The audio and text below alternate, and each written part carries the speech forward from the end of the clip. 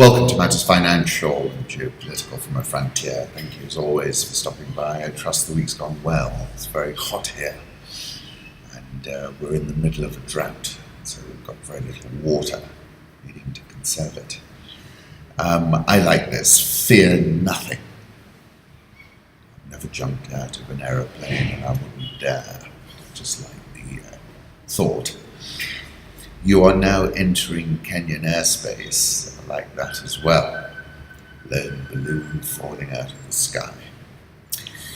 2017 is shaping up as a volatile year for markets, looking at 250 assets across market classes that include equities, sovereign bonds, and commodities. 8 currencies where volatility outliers based on their year-to-date price swings or Z-scores. And a Z-score is a normalized measure based on price standard deviation, which gauges a security's moves compared with a longer-term average. 3 weeks into 2016, there were 19 outliers, 16 currencies, and 3 benchmark equity indices. At the same stage in 2015, there were 10. The Egyptian pound shows up as the most volatile asset in the studies universe so far this year, with a Z-score of 4.15. It has been more than twice as volatile as the digital currency Bitcoin, and 6 times more jumpy than the Bloomberg dollar index. Looking just at the commodity sphere, lean hog futures posted a Z-score of 186, making them the most volatile in that group. Hogs also led the commodity herd in early 2013 and 2015. Argentina's Merval index hit a record high this week as the most volatile of equity indices for the second year in a row. And I was writing about this in that piece I wrote for The Economist. The concept of speed, velocity, and volatility has infected the markets. Where we witnessed unprecedented and extraordinary moves, I refer to the sterling pound moves on the Brexit vote, flash crashes in sterling and the rand, the extraordinary sell-off in the Japanese yen after November the 8th.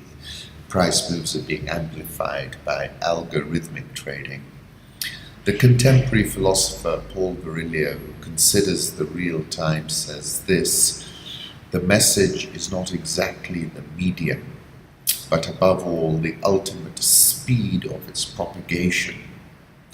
Coeval emergence of mass media and industrial army, where the capability to war without war manifests a parallel information market of propaganda, illusion, and dissimulation. And finally, we're facing the emergence of a real collective madness, reinforced by the synchronization of emotions, the sudden globalization of effects in real time, that this hits all of humanity at the same time. And in the name of progress, emergency exit, we have entered a time of general panic. Trump's approach to the economy begins to take shape. This is Bloomberg view. It is targeting higher growth and greater job creation using what can be called an import substitution plus approach to policy making, together with elements of an industrial policy. Trump administration is seeking to attract to the U.S. production facilities that serve the domestic market from abroad. Also, and this is where the plus comes in, seeking to bring to America foreign-based production facilities that serve non-U.S. markets. To amplify the desired impact on jobs and wages, the administration is adding elements of industrial policy in its interactions with certain sectors. Good description of it, I think. And then Bloomberg is saying Trump's got a point. Mexico trade edge over US is huge. Not as big as China's. Home Thoughts, the Mara Safari Club has got a special offer for Valentine's Day. It really is worth it. This is the offer. We've had so many wonderful times. The last time we were there, there are lots of photographs I got, but I like this one of the wildebeest who thought about the crossing, but then bailed out, and it was just sort of cloud of dust, a little bit like the Kiambu Road at rush hour. Take a look at this YouTube footage, a film, a Fairmont Mara Safari Club safari, and then the welcoming committee, sights and sounds of the Masai Mara arrive in style.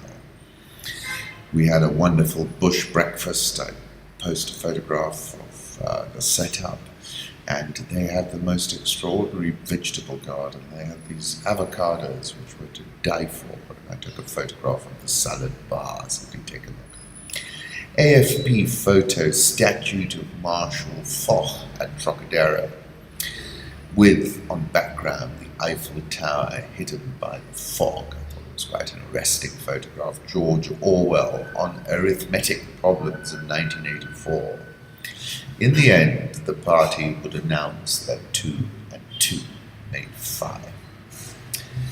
And from Orwell again, it's a beautiful thing, the destruction of words.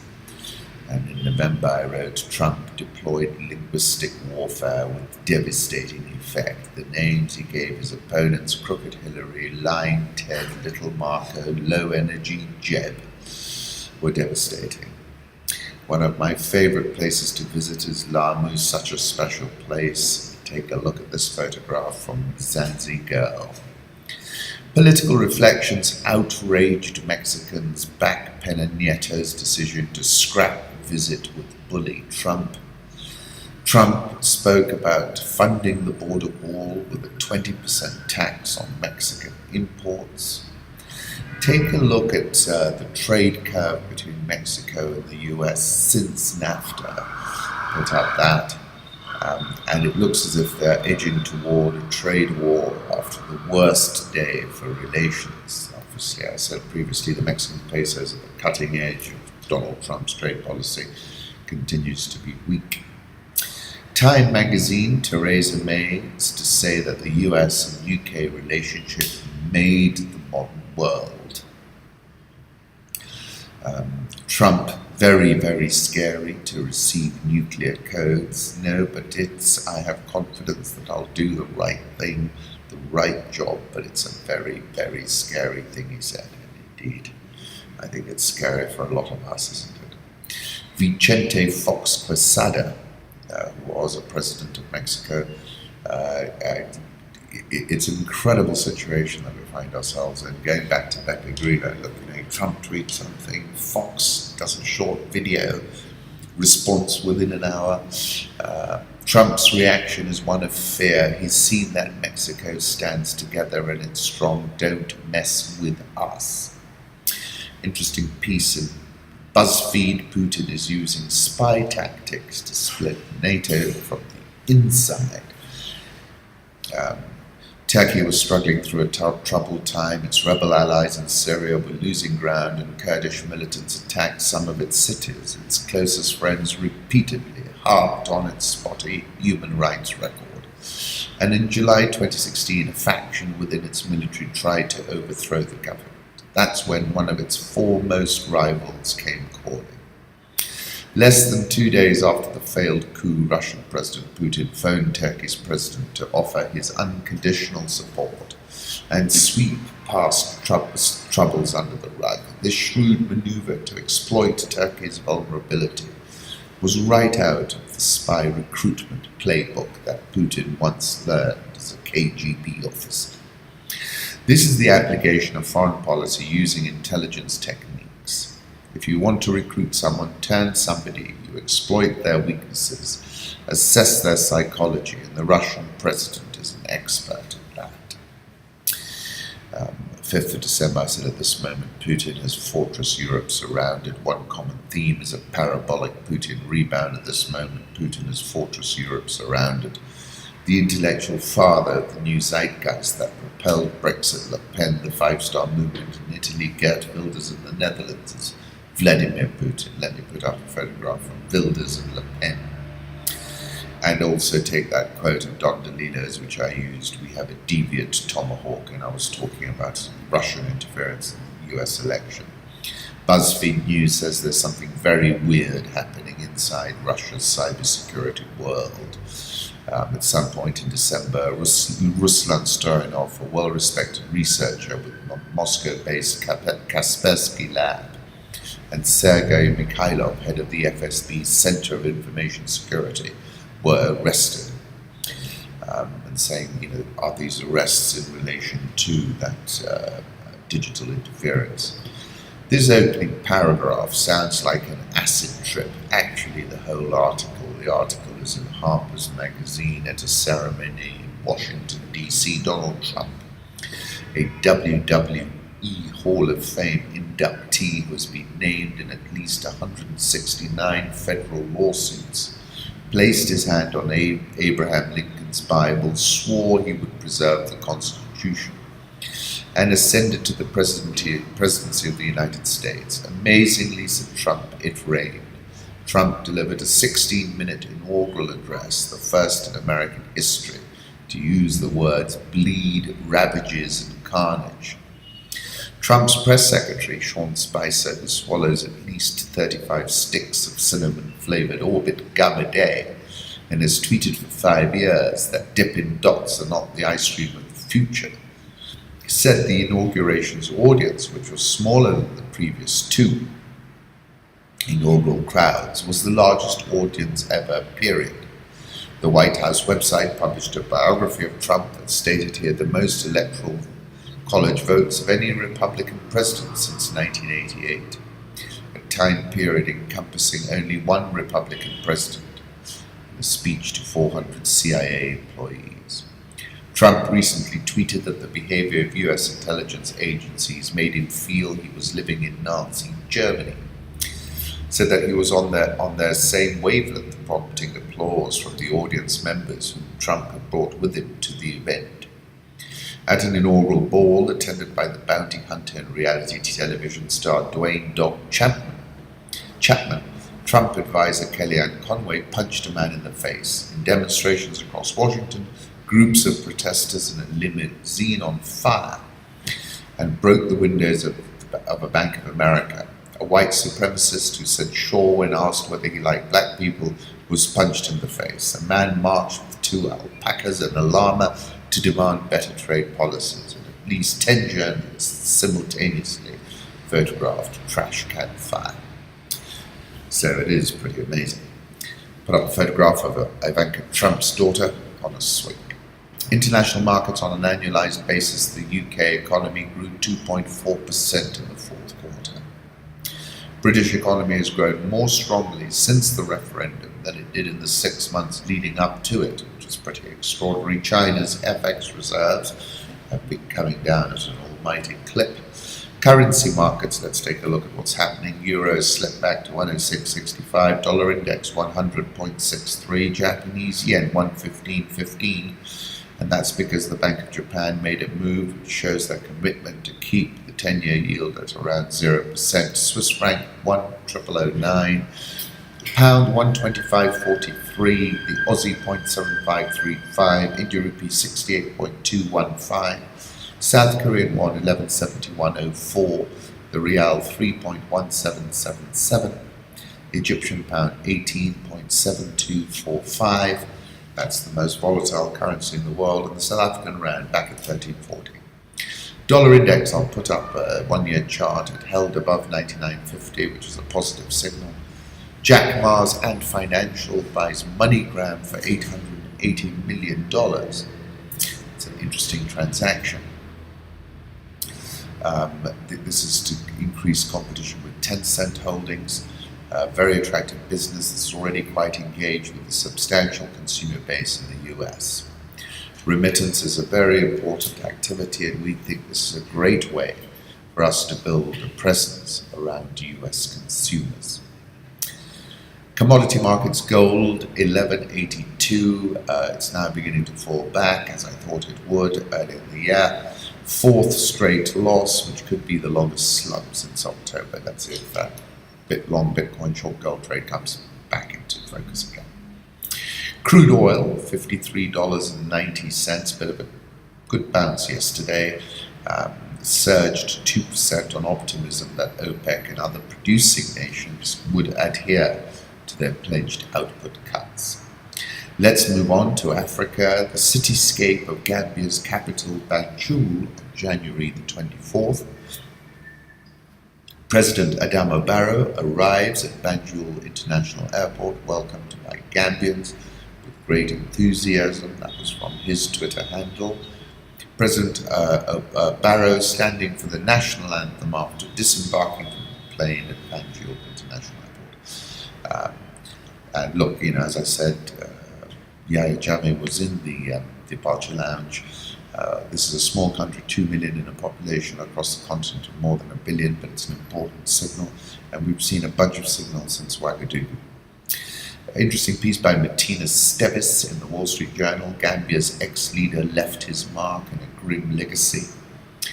Across Yahya Jammeh Bridge and on the side of Yahya Jammeh Highway, amid fields of bushy mango trees and giant baobabs, there is a town of women, children and aging men. Most young men have left.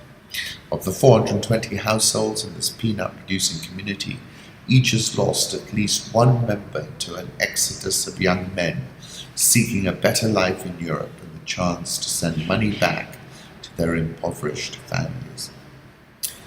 And it's a pretty sad story. The economy produces less than $1 billion a year, lacks sophisticated industries, and its most active export sector, peanuts, has been so heavily regulated that farmers struggle to make a living, let alone garner sufficient profit to scale up production. Talking about the Congo, Jason Stern says his game plan is to play for time and hope that something will turn up, otherwise known as glissement.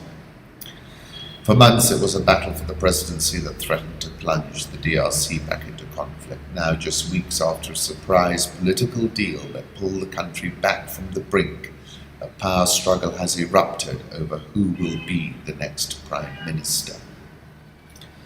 Zimbabwe stands still as president vacations off the grid. It was an urgent matter for President Mugabe of Zimbabwe. His approval was needed so that a loyal supporter who just died could be buried at a cemetery for national heroes. But with Mr. Mugabe off on his extended annual holiday in Asia this month, it took the acting president a couple of days to track him down en route from Beijing to his Asian base in Singapore. I phoned the president telling him about the death, and he told me that he had learned about it through the First Lady, who had read about it on the internet, said the acting president Emerson Mnangagwa, one of Mr. Mugabe's 2 vice presidents. Mr. Mugabe's annual holidays are one of the unusual aspects of the rhythms of political life in Harare, the capital of this southern African nation. In Harare, government decisions, big and small, are put off. It's a slow month and a half for political journalists. We don't hold cabinet meetings in Mr. Mugabe's absence because he is the one who chairs the meetings. And that takes me back to that quote I used of Hunter S. Thompson's, "The age, there is no honest way to explain it, because the only people who really know where it is are the ones who have gone over." Tanzania will receive $305 million from the World Bank to expand its main port in Dar es Salaam. Let me put up a photograph I took of Dar es Salaam when we were there for the Mind Speak with January Makamba. Zuma haircut has begun to ebb into the year-end 2016. Investors have started to factor in Pravin Gordhan's fight back against rogue policy making. South African all shares up 5.43% this year. Had a good start to the year. The rand is firmer as well at 13.40. Egyptian pound 18.7245. There is no iota of truth in the messages being circulated on the health of the president, who is hale and hearty. Nigerian government said on Wednesday that President Buhari is in good health, urging people to disregard what it said were false and subversive messages on social media after he travelled to Britain last week for medical checks. The Minister of Information and Culture, Alhaji Lai Mohammed, said the government urged Nigerians to disregard the subversive messages being circulated via text messaging and the social media saying the fabricated messages are being orchestrated by those who feel threatened by the emerging order. There is no iota of truth in the messages being circulated on the health of the president, who is hale and hearty. And the fundamental paradox at the heart of President Buhari's government remains the naira, and investors are sidelined waiting for President Buhari's moment of epiphany. Nigeria all-share down 2.18% this year. Ghana Stock Exchange Composite Index up 4.62% this year. VTV Canal was reporting about the attack in Mogadishu, and I hear this morning there's been another attack on the Kenyan Defence Forces at the border. IMF Executive Board completes first review under the standby arrangement and standby credit facility arrangement for Kenya.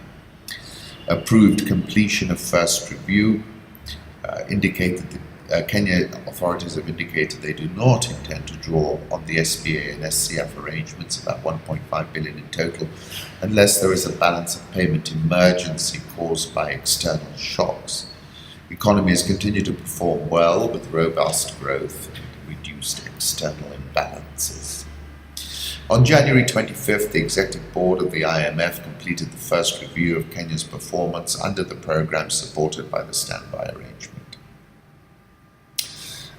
The macroeconomic outlook is overall positive, including robust growth and reduced external imbalances. However, interest rate controls are likely to reduce access to credit, weighing on growth. They also complicate monetary policy and adversely affect banking sector profitability, especially for small banks. Although the adverse effects of the controls are manageable in the near term, if maintained, they could potentially pose a risk to financial stability. Therefore, it is essential to remove those controls while taking steps to prevent predatory lending and increase competition and transparency of the banking sector.